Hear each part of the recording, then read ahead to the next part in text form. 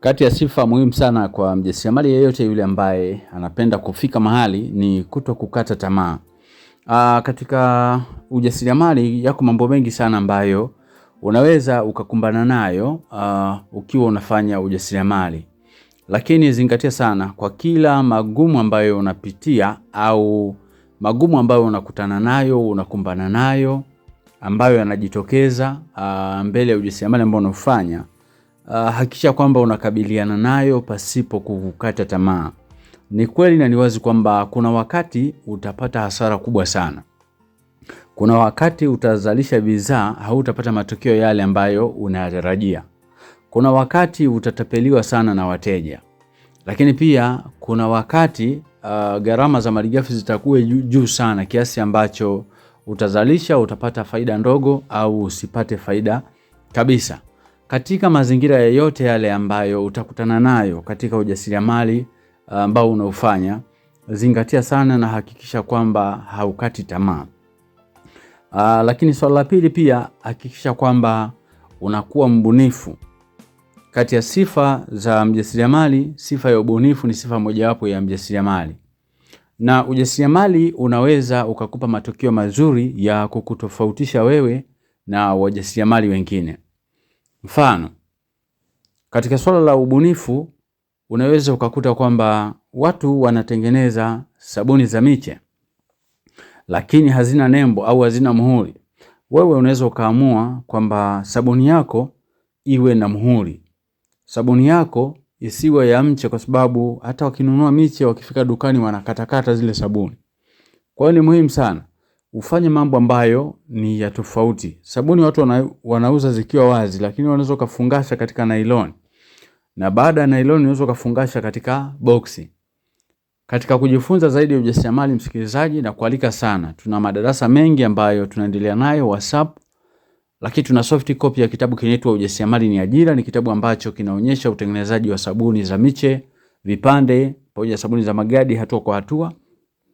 Lakini kwa wale ambao wanataka kitabu pamoja na madarasa online, unaweza ukapata huduma hii kwa kunitext kupitia 0783 500 971. Karibu sana kwenye ujasiriamali ili uweze kujifunza, uwe na maarifa ya kuweza kujiajiri.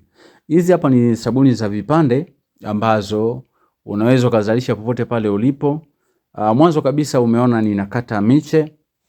Nimetoa miche mizuri kabisa ambayo ni ya rangi ya blue. Baada ya hapo nikaingiza sabuni hizi katika kuzipiga muhuri au nembo ya mzalishaji kama ilivyoonekana. Hizi ni Almasi Smart. Nikaweka na logo pale.